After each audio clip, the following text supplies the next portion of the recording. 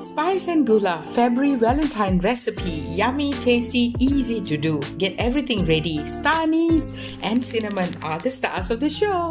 Okay, get everything up front prepared. That's something I always do because that makes everything easy when you're really in the cooking mood.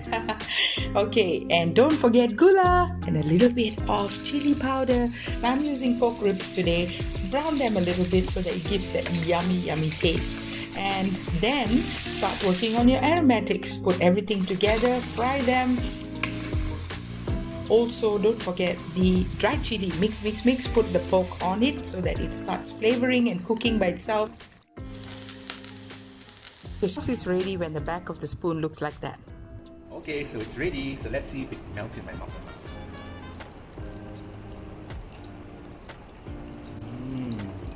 It's amazing. February Feasty Melty Ribs.